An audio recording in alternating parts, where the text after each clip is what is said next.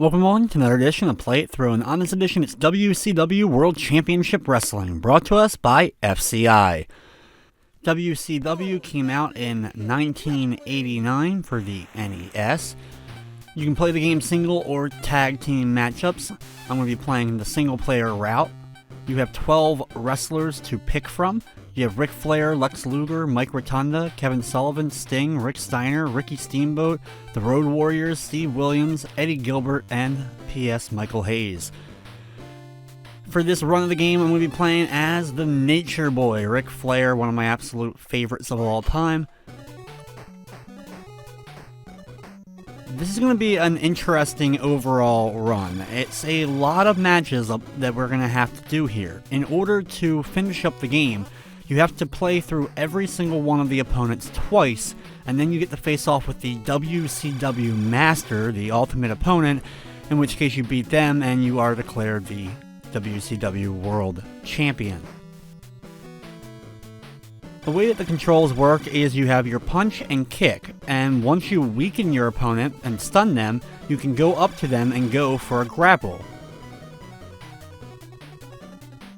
Once you've grappled your opponent, you hit whichever of the directions you would like, and then hit the button again and hold down the button in order to charge up the meter. Once the meter has filled up all the way, let go of the button and you'll do the move, and whatever ranking on the bottom you have will be how powerful it ends up being.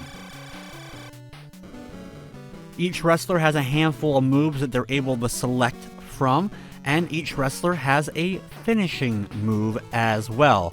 I will show it off a few times throughout the course of the run for sure, but it's a little bit hard to pull off. You have to have your opponent weak, and then get them to the center of the ring, weaken them again to stun them, and then go for the grapple and the finish. If they're not weak enough and you go for it like I did here, you won't pull it off. You'll just be able to do your regular move. Also, doing a finisher is no guarantee you're going to win the match with it. A lot of wrestlers will kick out at 2.9 even when they're completely beaten up.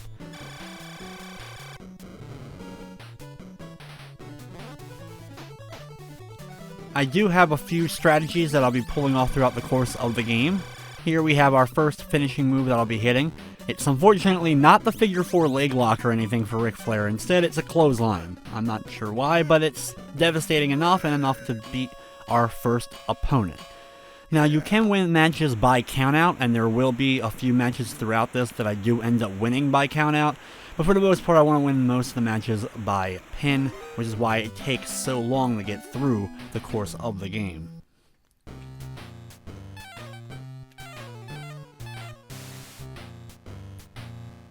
I'm going to showcase every one of Ric Flair's moves at least once throughout the run. Next up, we have the dog-faced gremlin, Rick Steiner.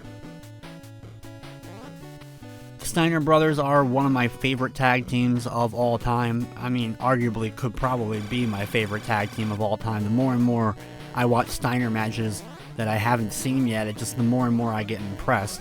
I hadn't seen all of their Japan stuff, and there are some older matches that I just hadn't run across yet. But during the mid-90s and the like, when I first started getting into wrestling, the Steiner brothers matches were some of my absolute favorites to watch. Now, I do admit I'm more of a Scott Steiner fan than necessarily a Rick Steiner fan, but Rick did come in and was part of things a little bit before really Scott started to make his appearances.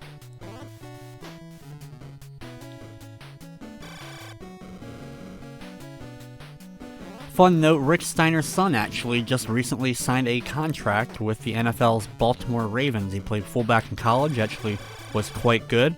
Whether or not he makes the actual team or he's just a practice squad member is yet to be determined, but still, it's cool to see that Rick Steiner, the legacy of the Steiners and their athleticism continues on. The brain chop move is probably my favorite, only because it's quick. It's one of the quicker moves that you can end up doing.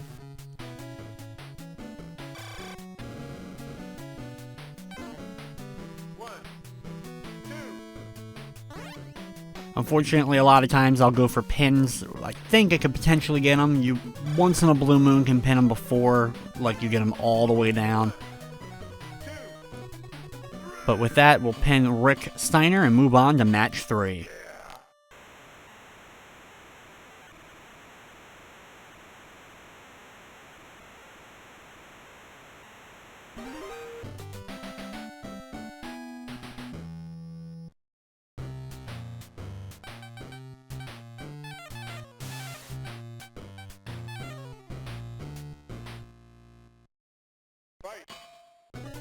Next up is Hot Stuff Eddie Gilbert. Eddie Gilbert, I most remember from his time with Eastern Championship Wrestling, ECW, the early days of ECW. He wrestled mostly for the UWF in the 80s, and then once they were bought out, he ended up joining WCW. He was only there for a short period of time, 88 to 89, but obviously made enough of an impression to make the roster of this game. This will be our first count out. Anytime I get thrown out of the ring by the opponent, I'm going to go for the count out if I can. And try to get a stun, knock him to the ground, and then just kind of get back into the ring and wait. There is a really cheap way you can always guarantee that you're going to win these matchups. If you get out of the ring and going for the count out, you can block your opponent from getting in the ring. And then when it gets down to 19 seconds, just get back in, and your opponent will take at least a second to get back in, and that's enough time for it to go from 19 to 20, and you to be declared the winner. Next up is the Stinger, Sting. Of course, Sting was becoming exceptionally popular in the late 80s and starting in the early 90s as his rise continued into the main event scene of WCW. And that would especially take hold just a little bit after this game came out. Once Ric Flair left WCW and went to the WWF, Sting was one of those ones that had to kind of like elevate himself and was one of the main focal points.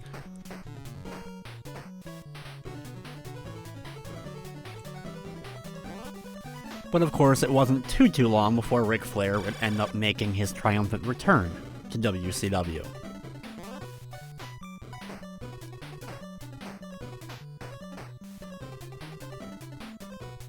If it wasn't for the matches against Ricky Steamboat, it could be argued easily that Sting is Ric Flair's greatest opponent of all time. The matchups that they had anytime that they ended up going against one another was always entertaining. Of course, they had the last ever matchup on WCW Nitro.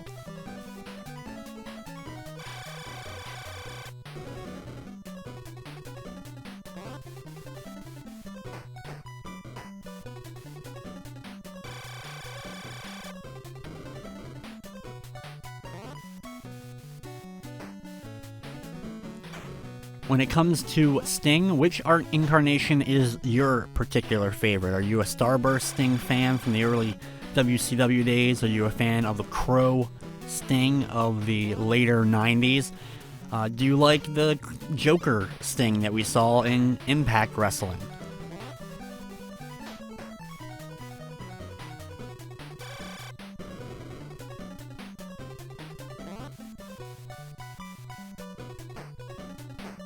Try to get Sting into the center of the ring area and going for the finisher, but not able to hit it. Instead, I'll just go for that neck breaker. I love the animation of the moves in this game. I think they look quite smooth, and the fact that you do have finishers is something that's really cool. Here we're now able to hit our finisher. Hit Sting with that clothesline. 1, 2, 3. And 1, 2, 3. We're moving on to the next match.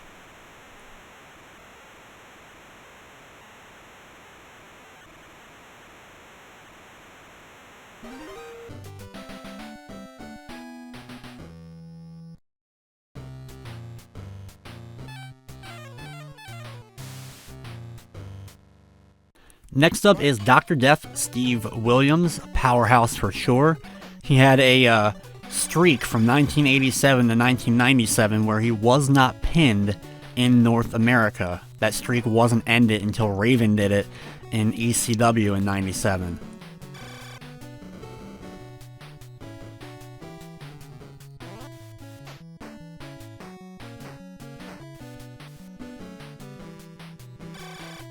Steve Williams is a former World Heavyweight Champion as far as winning the Triple Crown Championship in All Japan Wrestling.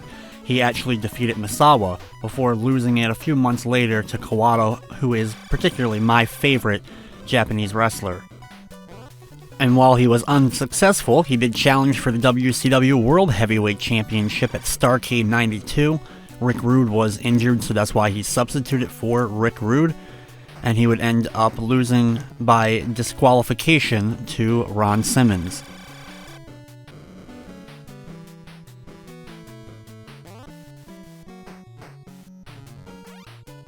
A lot of strategy in the game does involve a bit of button mashing. If you out-button mash your opponent, which is hard to do, you definitely will have the advantage. Here I'm going to go for a Boston Crab, one of the only submission holds in the game, but you can actually make your opponent give up if they're weak enough. Anytime I get my opponent up and they're stunned, I'm usually going to get ready to go for an immediate punch or a kick to try to get them right back into a combo. Or when I lift them off the mat, if I'm close to the ropes or I don't like the positioning, I'll try to go around them to the other side of them and be prepared to start attacking that way.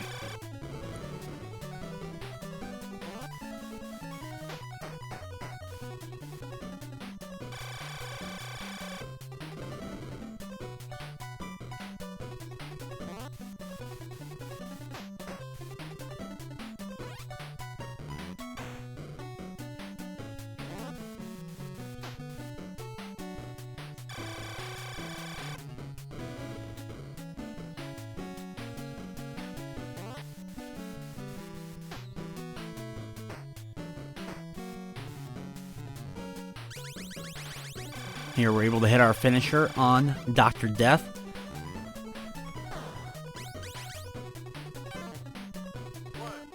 Unfortunately though, it's not quite enough for him to kick out, so we'll instead go ahead and finish him off with another one of our clotheslines.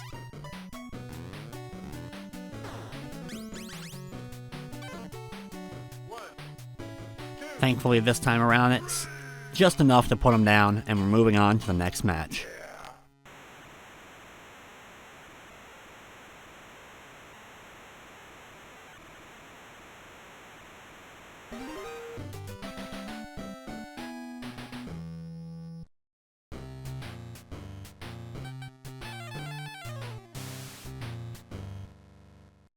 Next up is the Taskmaster, Kevin Sullivan. This was during the Varsity Club days, I'm pretty sure still, with Rick Steiner, Mike Rotunda. Kevin Sullivan, though, just character-wise, is one of my favorites. I always liked the Dungeon of Doom as a kid. As cheap and stupid as it was, it still makes me laugh to this day. Just pure wrestling entertainment at its finest or worst, whatever way you want to kind of look at it.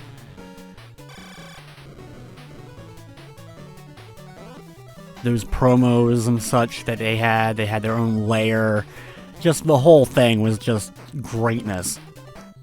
1995, for a lot of people, is not a great year for wrestling. Attendance was way down, and both companies were kind of just throwing things at the wall to see what stuck. You had WCW with Hogan feuding with the Dungeon of Doom as your main feud, and then WWF, you had Diesel as the World Heavyweight Champion without really a lot of solid opponents, and they were trying to come up with new wrestlers to fill the gaps, throwing out character after character and just putting them on TV, hoping something would end up taking.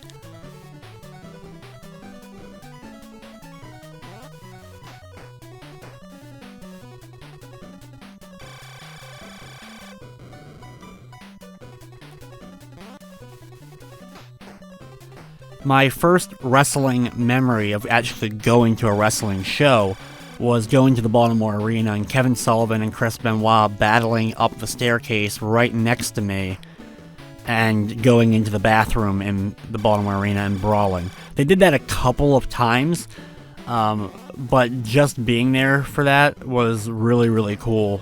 and it just stuck with me because it happened at my very first show that I got to go to live.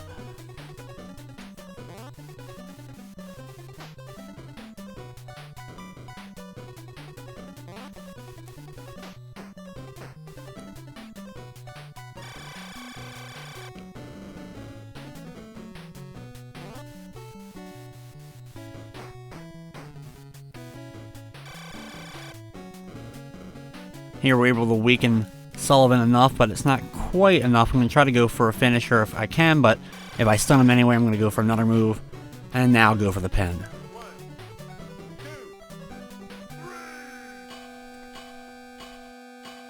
Yeah.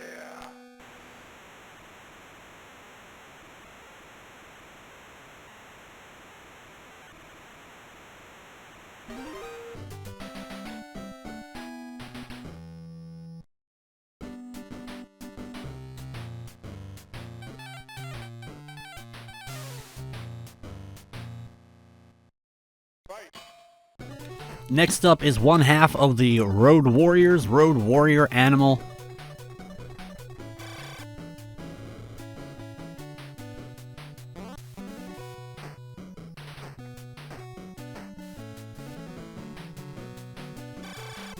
The Road Warriors, of course, one of the most devastating tag teams of all time. They just would run roughshod on anyone that pretty much got in their way during the 1980s for sure. During this segment, it wasn't too long after this, they would end up traveling to the WWE for that little run that they ended up having, their first run in WWE.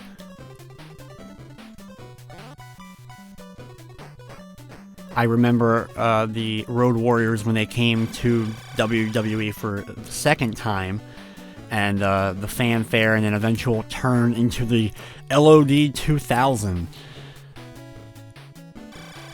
Animal, of course, would have that other run later on when he ended up teaming with the likes of Heidenreich and winning the SmackDown Tag Team Championships. That run wasn't that memorable.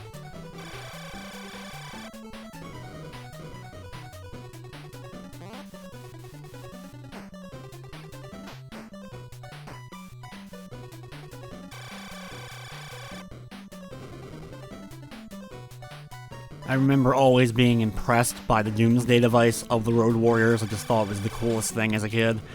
Now, I was like, it's still a pretty easy overall spot, I guess, but still, I just thought it was so devastating anytime they hit it on anybody.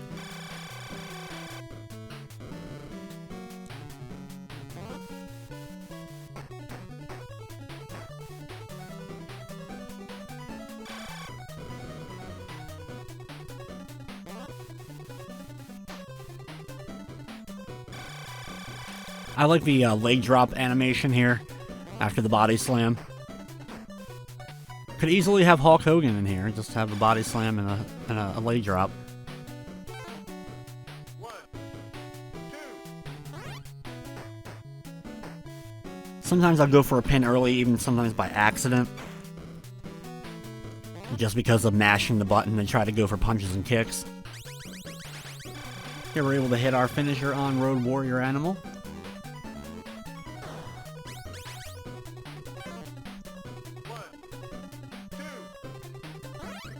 Unfortunately, not quite enough to put him away.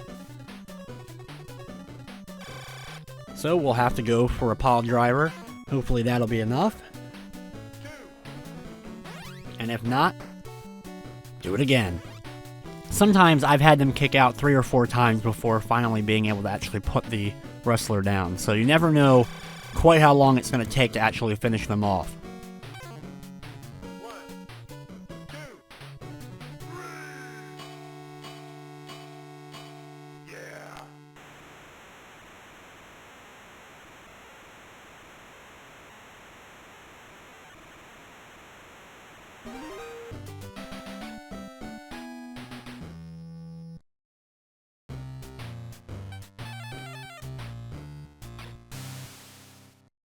Fight.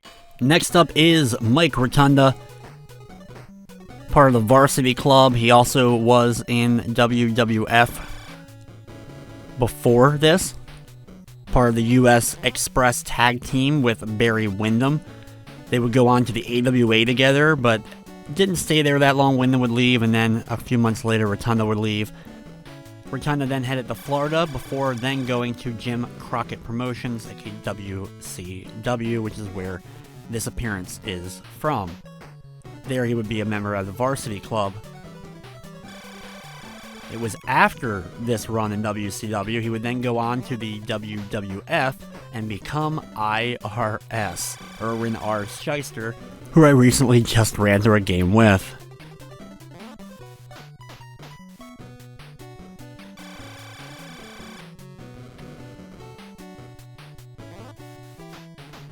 I'll try to get off the ropes a lot of times if my opponent has me there, but if you button mash on the ropes a lot of times, you'll be able to beat them out with your kicks.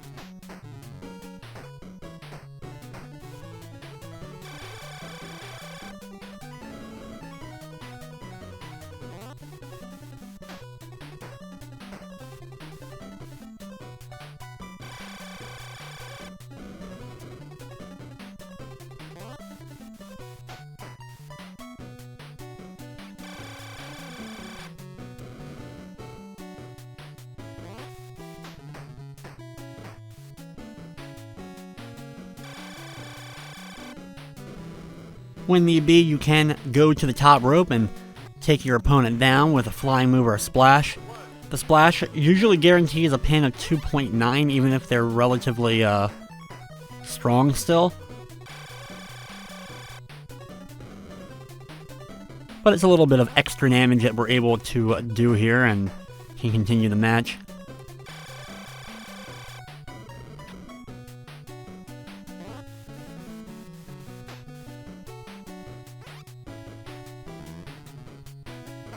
Anytime you get thrown into the ropes, button mash real quick to hopefully get out of it before you end up bouncing off and they come towards you and end up hitting you.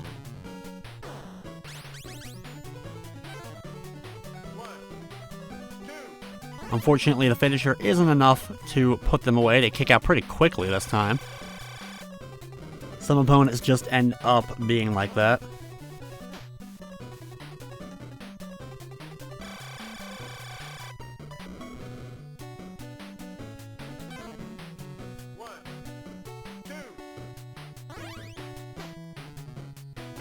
Sometimes it'll take 3, 4, or 5 attempts before you're finally able to put them on the mat and actually get the pin.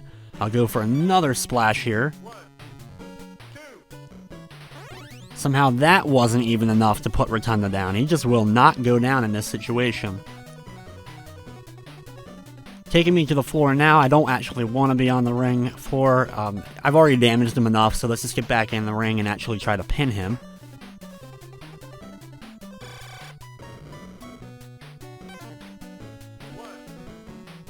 2, and finally 3. We're moving on to the next match.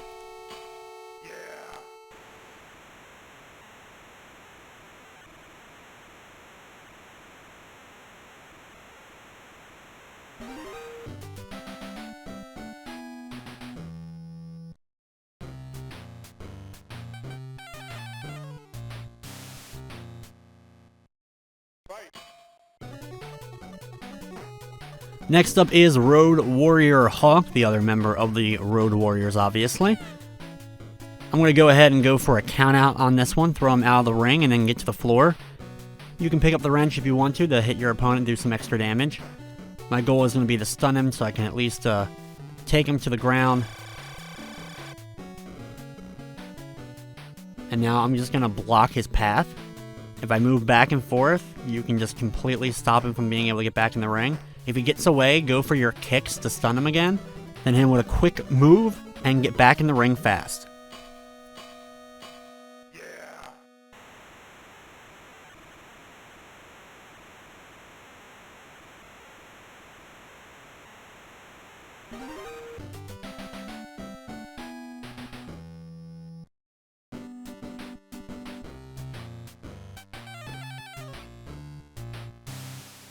Next up is the Total Package, Lex Luger. Luger and Flair together actually would put together some decent matchups for sure. If Luger had the right opponent, he could throw on a decent match. Not the greatest, though, without that kind of good opponent to work with.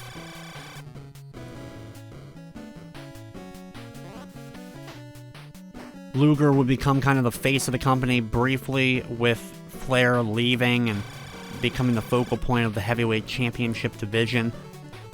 It wouldn't be too many years later, Luger would end up going to WWF himself, becoming the Narcissist, and eventually the All-American gimmick with the Lex Express, leading to his matchup against Yokozuna.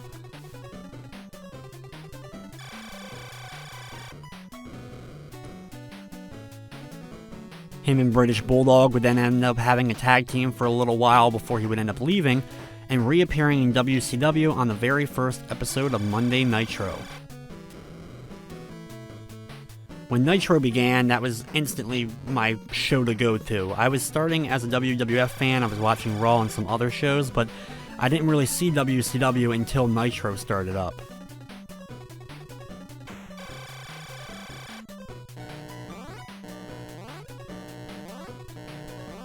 When Luger went to the WWF, originally it was on a bodybuilding contract, and the World Bodybuilding Federation that Vince was creating.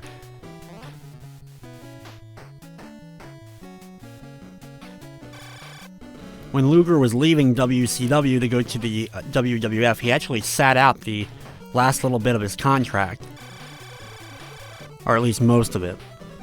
He would then go to the WWF to become part of the WBF, the World Bodybuilding Federation, where he was poised to do well there, co-hosting and then being a part of stuff, and then unfortunately had a motorcycle accident that put him out for a bit.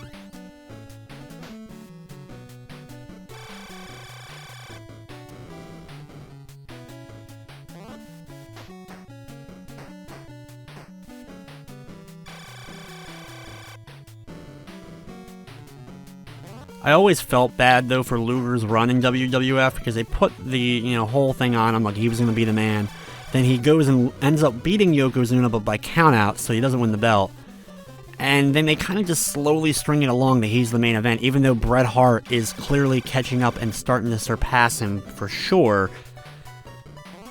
They have them both win the Rumble in '94, and then Luger ends up getting the title match as well as Hart at WrestleMania, but Luger goes first and loses, so Hart ends up being the main event and winning. So the writing was on the wall, I guess, at that point.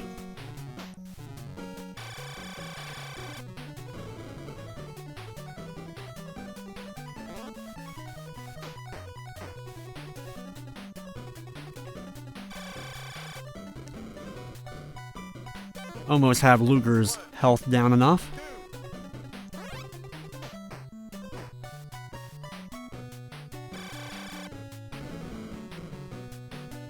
Hit him with another pile driver, and that'll do it.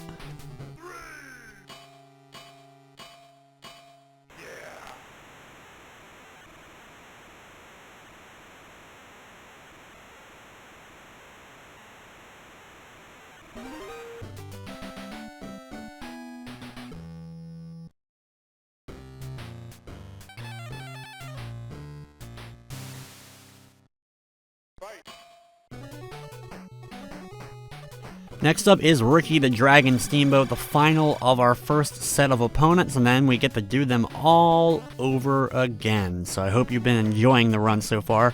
Please continue to check it out if you are. I am going to try to make it as entertaining as I can throughout the course of the second half of the video. Ricky the Dragon Steamboat, of course, Ric Flair's greatest opponent. Whether he was in WCW or WWF, he was throwing out great matches. Of course, the greatest match potentially of all time with the Macho Man Randy Savage at WrestleMania 3.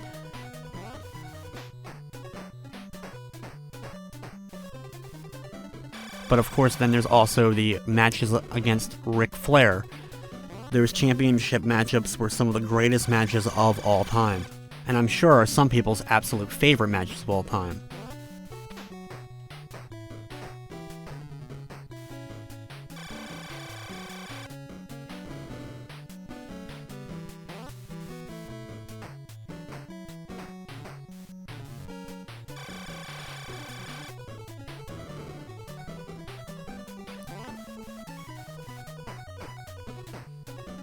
I actually was just recently watching Spring Stampede 1994, which was the final title matchup between Ric Flair and Ricky Steamboat, which I just hadn't come across yet and seen.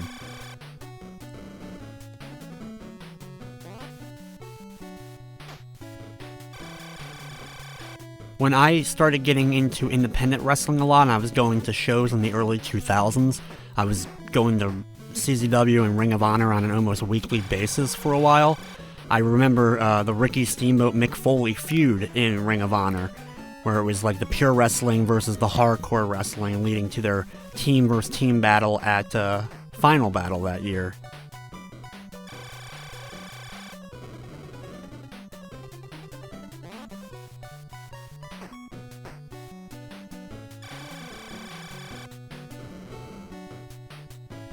I wish I had a little bit more strategy to give people for the game. It's honestly really difficult to actually hit the hits and enough to stun them a lot of times.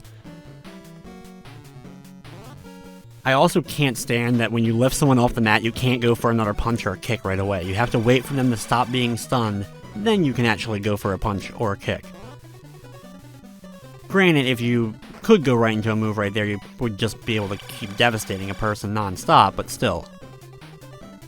It's like, oh, I'm going to lift you up, but I can't do anything for a second, so I'm going to go ahead and leave.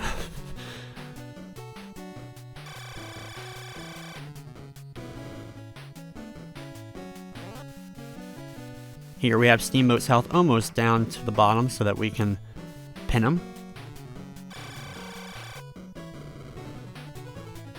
Of course, the first move won't quite be enough to pin him.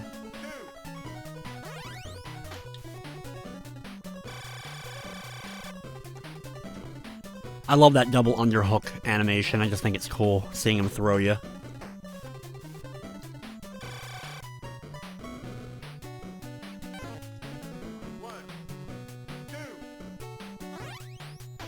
Still not quite enough to put Ricky Steamboat down.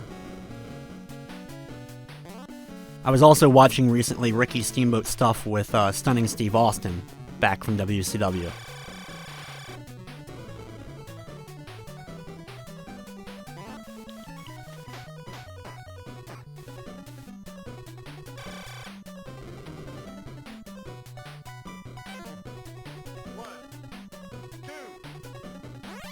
Another kick out from Steamboat. He does not want me to win the minor championship. And yeah, that's what we end up winning. We don't win the world championship first, we win the minor championship. I guess they couldn't put US title or something like that in.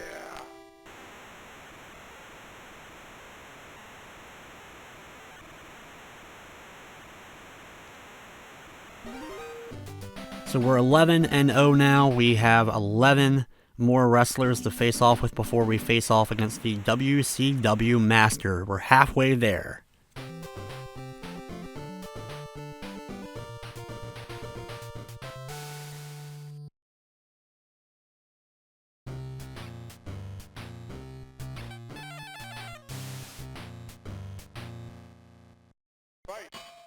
Unfortunately, the order is the exact same, so we get to play them all again in the same exact places, starting off with the Freebird, Michael Hayes. Of course, plenty of memories with Michael Hayes being Doc Hendricks in the WWF. It wasn't until years later that I got to go back and watch WCCW and got to see the Von Erichs versus the Freebirds, and just how cool of a feud that ended up being at the time.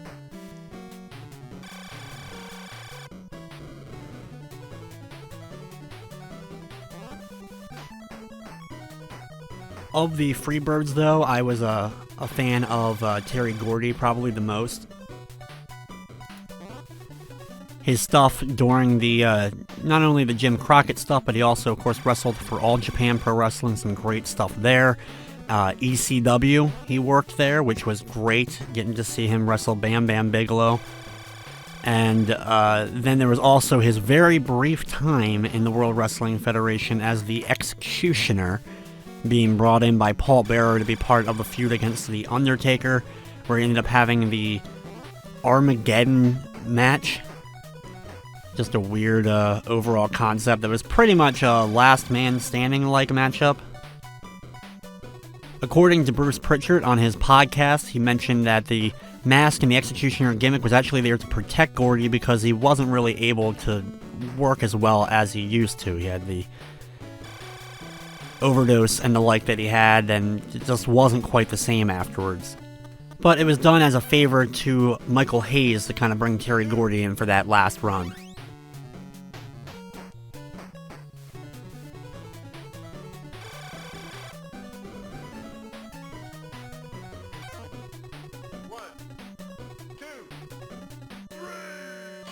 Here we get the 3 count on Michael Hayes, and we're moving on to the next match.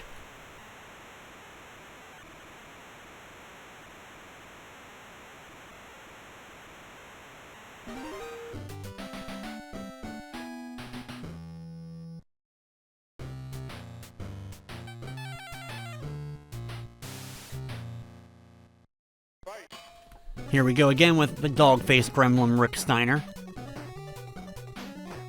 Some of my favorite stuff with the Steiner brothers, you go to their matchup at WrestleMania 9 against the Head Shrinkers. I love that matchup. I also like any of their stuff against the Faces of Fear, Ming and the Barbarian in WCW. Just hard-hitting stuff. Anything like that is, that's my kind of wrestling, the stuff I like. For Rick Steiner, we're going to get him counted out though here. We're just going to block his path, and then when it gets to 19, get back into the ring, and he won't be able to get back in time as he's just trying to swing a wrench wildly at us. It's pretty funny overall, him just swinging that wrench.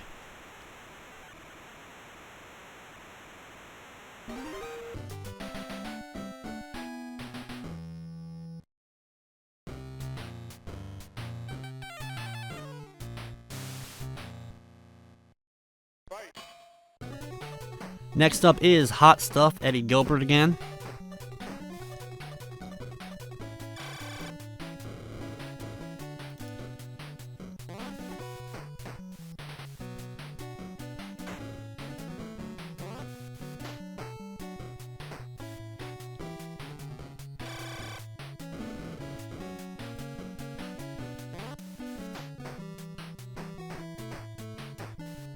Unfortunately, Eddie Gilbert would pass away in 1995, but before that, he actually gave a shoot interview, and it's something that basically wasn't done at the time. The Looking for Mr. Gilbert shoot interview that was done in 1994.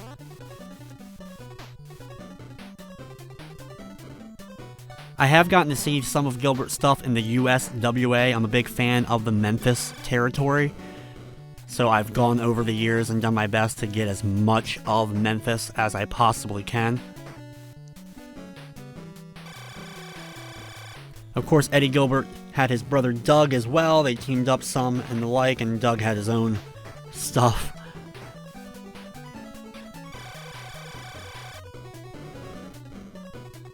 Eddie, of course, also had Missy Hyatt as his manager, and they were married in real life as well.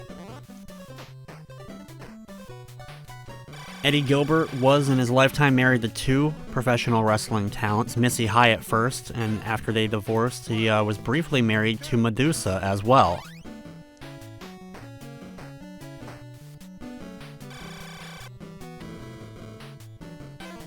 And hit a nice brain chop, go for the pin, and we're moving on to the next match.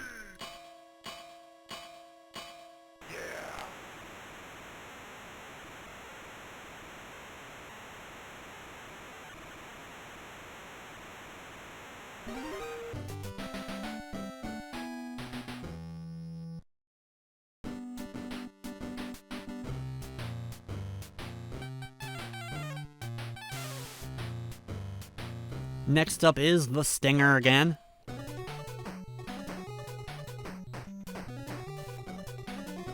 I'll never forget the build-up for 1997, the entire year of Sting versus Hulk Hogan leading up to the epic encounter at Starrcade. Now, regardless of how that match was, which I'm not a fan of the actual matchup at Starrcade. I'm not into the whole Bret Hart coming out and, the whole Montreal Screwjob being just, out of reach from what just happened in the world at that time. So it just is annoying to have that in there, considering how big of a feud it was. But just the build-up in general, I don't think there was ever a feud that was quite built up as much as the Hulk Hogan versus Sting feud of '97.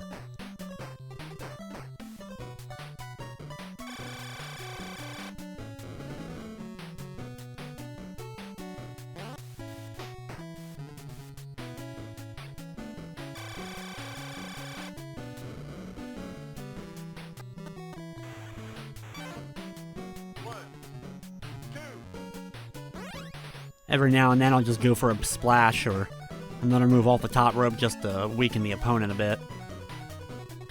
Gotta have fun with it, that's for sure.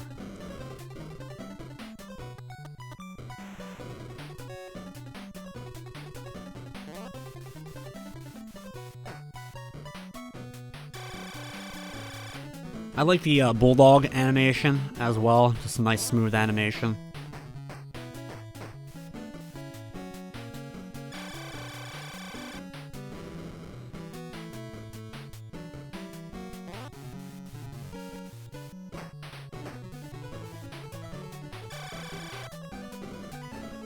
Gonna go to the top rope and go for another big splash. Unfortunately, not quite enough to finish off Sting. We'll have to go for another move here. Finish him off with a nice pile driver. 1, 2, 3. Yeah.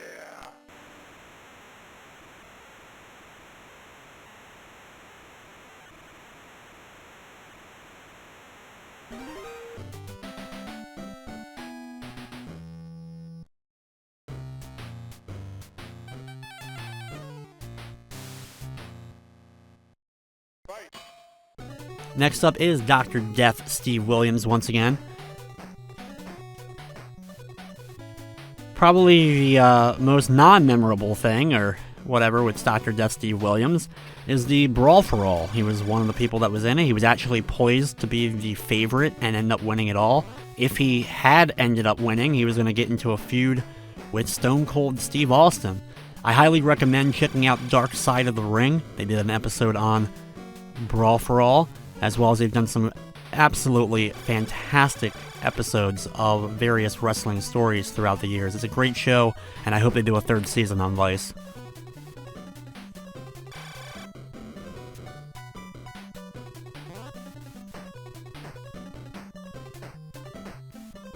Unfortunately, though, Steve Williams would end up getting knocked down, losing in the Brawl for All, and that was pretty much the end. He got pushed for a bit more, but it wasn't much before Williams ended up leaving WWF, and he ended up going to WCW late in that run. We're going to get him to the floor, and since we are on the floor here, we're going to try to get him counted out here.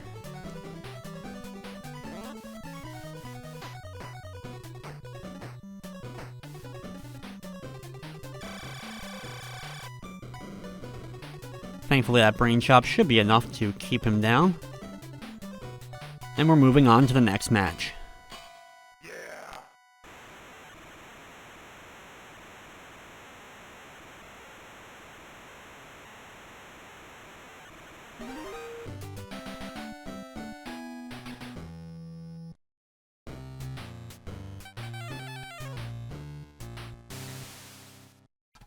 Fight. Next up is the Taskmaster, Kevin Sullivan once again.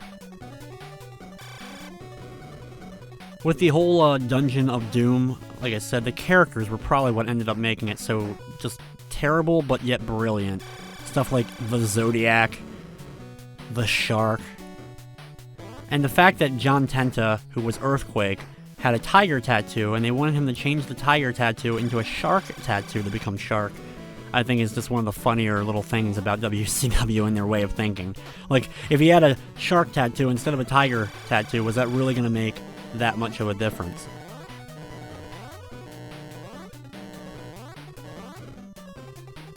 They could have just put, something on the arm to cover it up or something like that,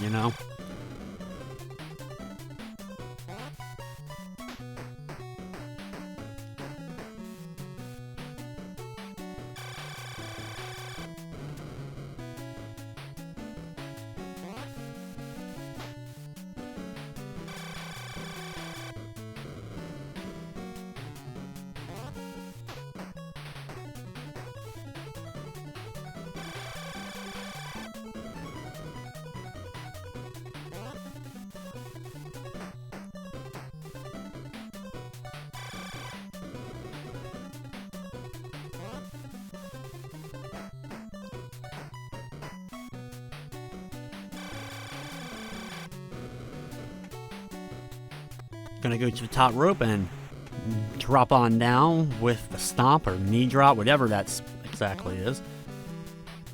You kind of land with both one leg stomping and one knee on them, so either way, you end up devastating them a little bit.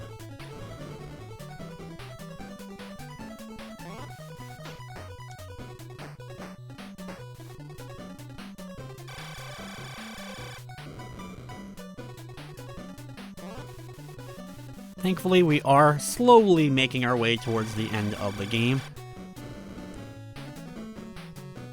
The final matchup against that WCW Master is a real pain in the butt for sure, and interestingly enough is based off of Andre the Giant. In the Japanese version, it's specifically supposed to be Andre, but it's a bit different, the Japanese version for sure.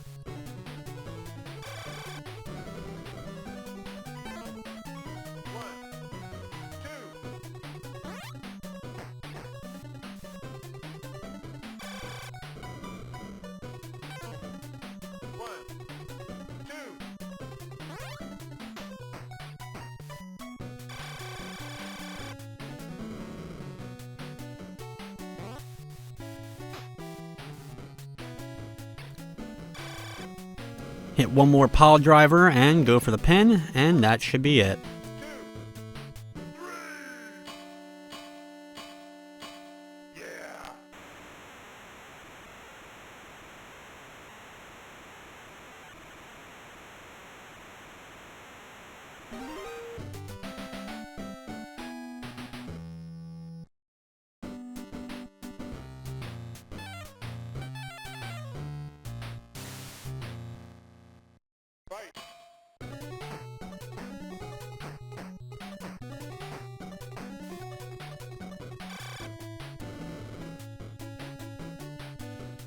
Next up is Road Warrior Animal as we begin this matchup.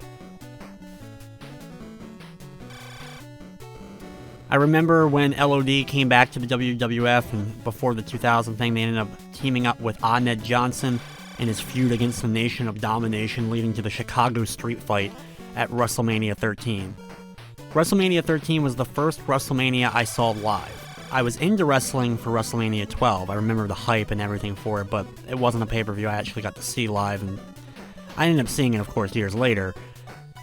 But it was WrestleMania 13 was the first WrestleMania I ended up ordering. I remember calling the number and getting it and then sitting there and watching the great event, and of course it has one of my favorite, if not my favorite match of all time at WrestleMania 13, which is the Bret Hart versus Steve Austin match. What is your favorite match of all time, or some of your favorite matchups of all time? I'm sure we have some of the same favorites.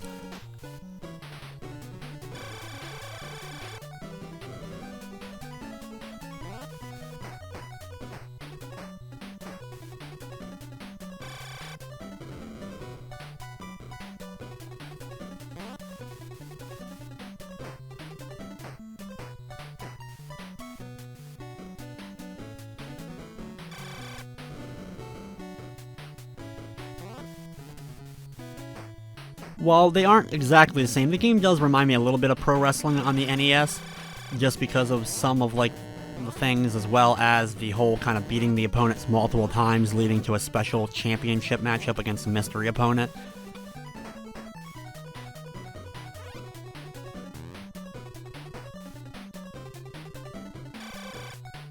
I do think, though, that out of every wrestling game on the NES, pro wrestling probably is still my favorite. Like with the earliest ones, yet probably still ends up being my favorite. And I played all of them at this point. I still have a few more I need to do videos for, but I played at least a little bit of every wrestling game on the NES. And not a lot of great ones, but I think pro wrestling is probably my favorite.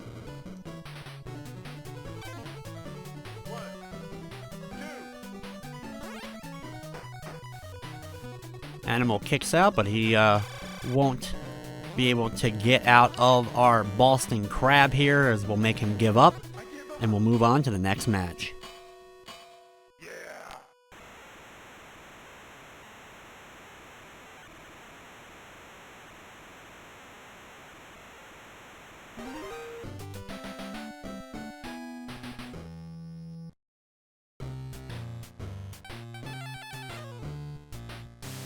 Next up is Mike Rotunda again. Of course, Mike Rotunda has two sons that are both in the WWE. Bo Dallas and, of course, Bray Wyatt.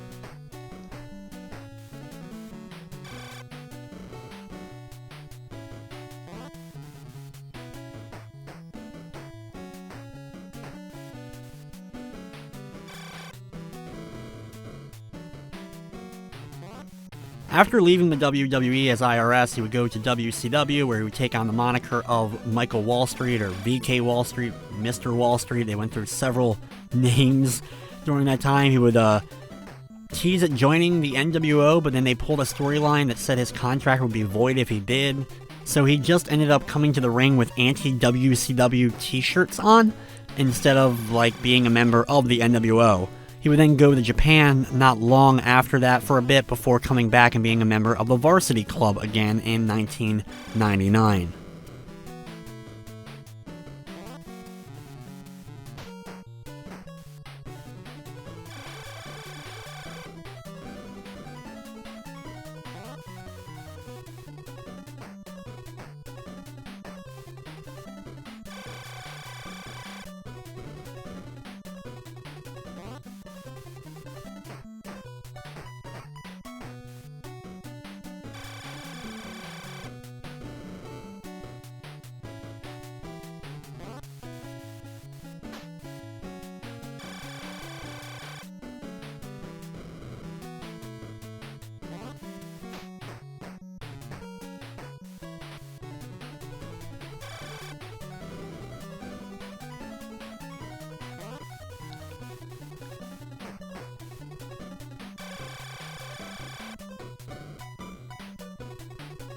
Go to the top rope and go for a big splash. It won't quite be enough to finish him off yet.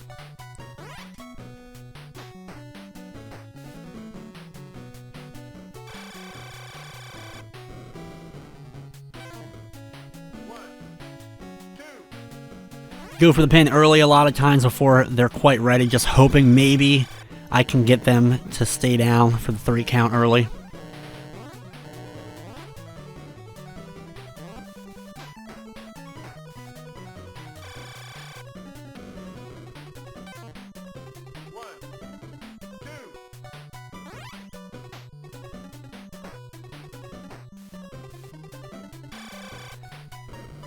Here, hit another big brain chop and go for the pin. 1, 2, 3, and on to the next match. Yeah.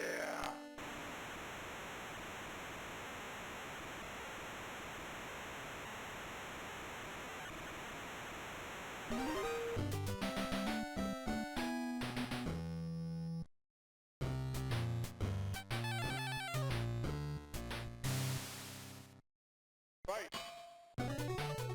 Just a few matches left to go as we are 19-0. Taking on Road Warrior Hawk again. I'm going to throw him out of the ring and do a count out here. Get my initial stun. I'm going to delay a little bit on doing my move intentionally just to kind of drag the time out a little bit more.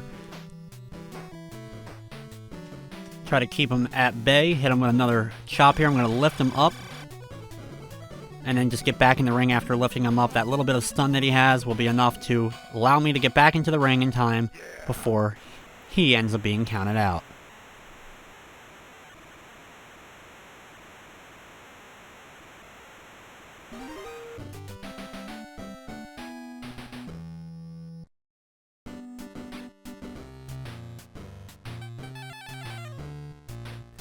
Next up is the total package, Lex Luger once again.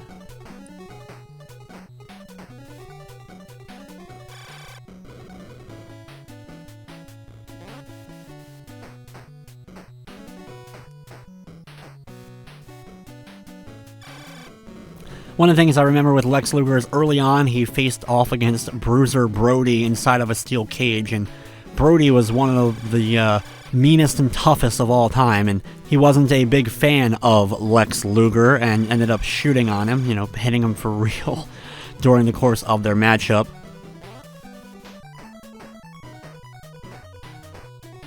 Luger, of course, was a big part of the WCW versus NWO feud, being one of the main WCW members. He feuded with a lot of workers. Of course, the probably most famous of his time against the NWO was when he beat Hulk Hogan on Nitro for the title. I remember being so excited just to see Hogan lose the belt. And then, of course, Hogan wins the belt back just a few days later at Road Wild.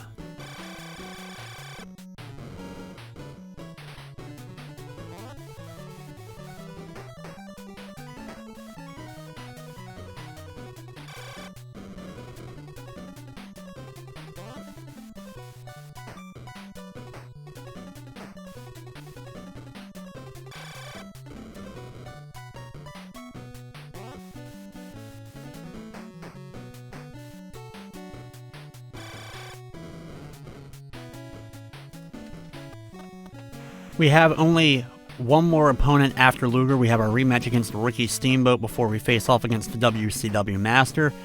So we are nearing the end of this incredibly long wrestling journey that we've been on so far.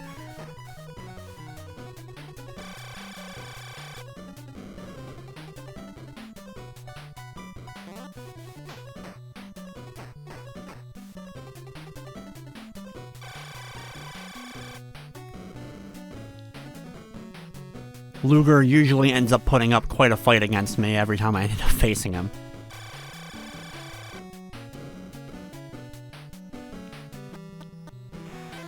Go for the splash. It's not going to be enough, though. It's going to take several moves probably to put Luger down.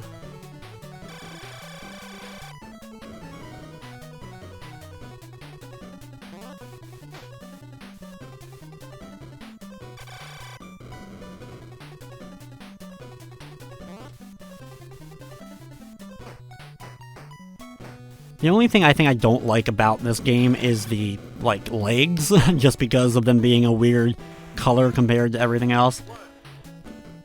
I think the heads of every one of the characters actually look pretty good, considering it's the NES and all, trying to make likenesses, especially better than the WWF games, most of them.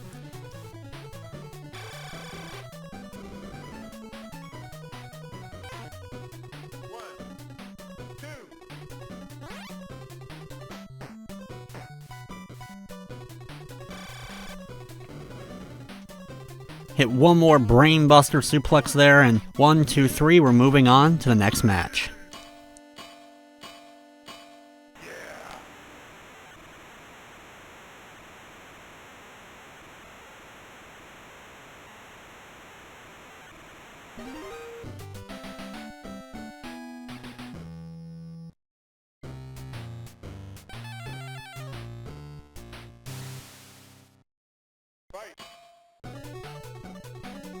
For this fight, I'm going to try to get Steamboat out of the ring to go for the count out. Not necessarily the most exciting thing, but we are near the very end here.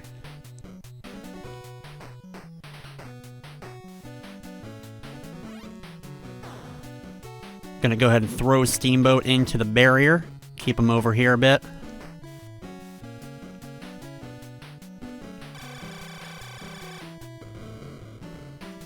Nice pile driver, and now I'm just going to block his path, make sure he doesn't go directly in the ring, and just get back in at 19. And we're moving on to the WCW Master.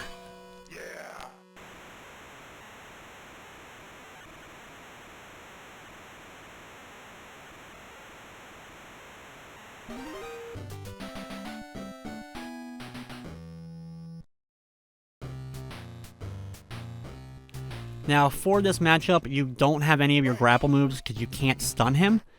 So you got to use your kicks and punches. Thankfully, there's a nice little kind of exploit that you can use. Mash the kick button against the ropes. If you do it at the right time, you can get him stuck and hit him multiple times. Now, eventually, he will break out of it. But you can hit him a lot of times with those kicks. If he stuns you and grabs you, mash the buttons as quick as you can. You potentially can get out of the grapple there. And then go right back into the devastating kicks.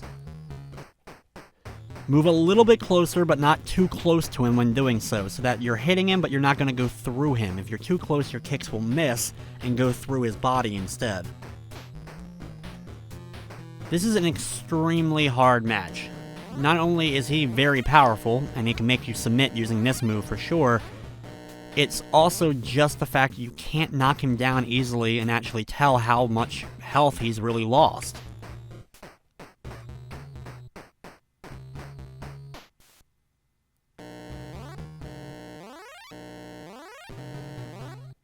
Anytime he grabs you in this, smash the buttons to hope to get out of it. If you stay in there too long, you will end up submitting.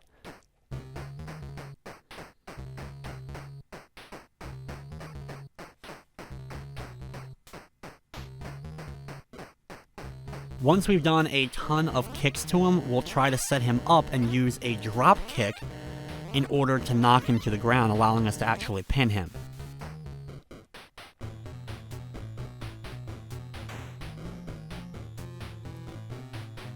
Once you knock him to the ground, immediately go for the pin. Hopefully he'll stay down, but if he kicks out, you know you have more kicks to do.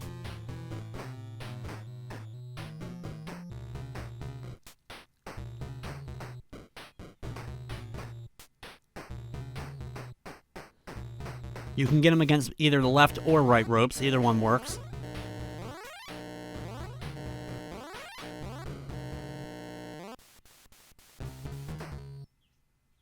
Not necessarily the most exciting thing, but trust me, it definitely works for sure. Once you weaken him more, we're going to go for that drop kick again. Hopefully this time will be enough. Unfortunately though, nope. He's able to kick out again.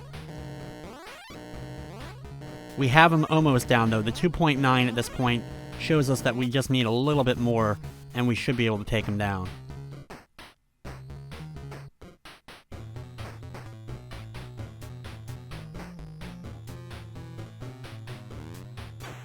There we go, another drop kick. I'm going to go to the top rope, hit him with a splash, and we can sit back and enjoy the ending, the WCW on the NES.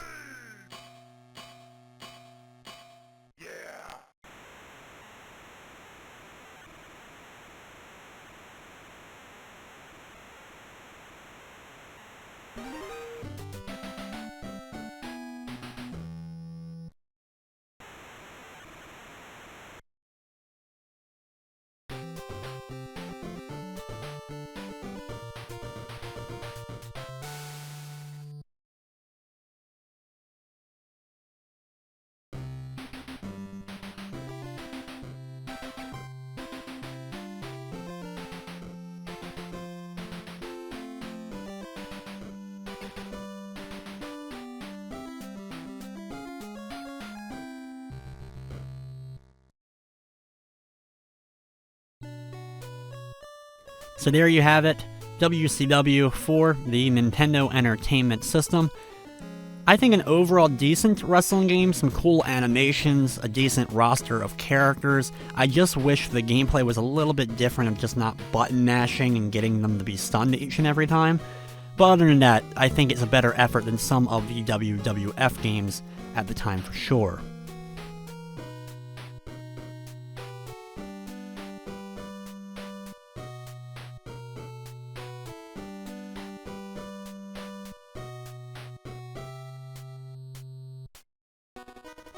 After the credits, we get to see our last kind of screen here, the copyright screen for FCI, and with that, it'll wrap up this episode of Play It Through. I'd like to thank you for watching, and of course, I hope you enjoyed.